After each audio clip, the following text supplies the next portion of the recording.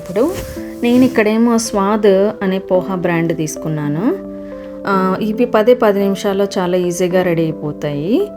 మీకు వేరే బ్రాండ్ కూడా దొరుకుతుంది. మీకు ఏది కావాలంటే అది తీసుకోవచ్చు. నేను మాత్రం ఇక్కడ స్వాద్ పోహాని తీసుకున్నాను. ఒక బాండీలో నూనె వేడి చేసుకొని దాంతో నూనె వేడెక్కాక ఈ కార్న్ పోహాని చాలా ఈజీగా వడియాల్లాగా వేయించేసేసుకొని తర్వాత ఒక ప్లేట్లో టిష్యూ పేపర్ వేసేసి పక్కన పెట్టుకోవాలన్నమాట. మీకు ఎంత అమౌంట్ కావాలంటే అంత అమౌంట్. నేను ఇక్కడేమో ఒక హాఫ్ ప్యాకెట్ వరకు వేయించుకున్నాను. మీకు ఎంత నచ్చితే అంతవరకు వేయించుకోండి. అంటే ఒక 10 నిమిషాల్లోనే అయిపోతాయి కాబట్టి మీరు ఎప్పుడు కావాలంటే అప్పుడు మళ్ళీ చేసుకుంటూనే ఉండొచ్చు. సో ఈజీగా ఉంటుంది అన్నమాట ఈ స్నాక్.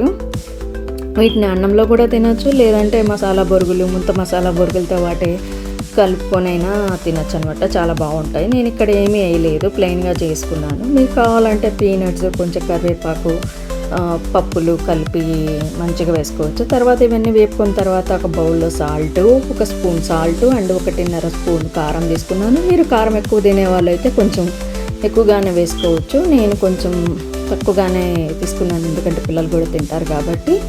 మీరు ఇంకా స్పైసీగా తినాలనుకుంటే మీరు ఎక్కువ కూడా వేసుకోవచ్చు అనమాట.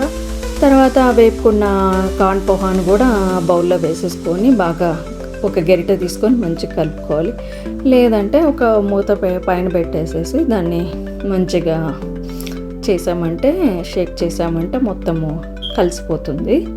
కలిసిపోయిన తర్వాత కొంచెం సేపు ఆరిన తర్వాత ఒక డబ్బాలో తీసుకొని పక్కన పెట్టుకొని మీకు ఎప్పుడు కావాలంటే అప్పుడు తినొచ్చు. లేదంటే మీకు మొత్తం మసాలాలో అయినా కలుపుకొని తినొచ్చు, లేదా అన్నంలోకైనా కలుపుకొని తినొచ్చు అనమాట. బాగుంటాయి.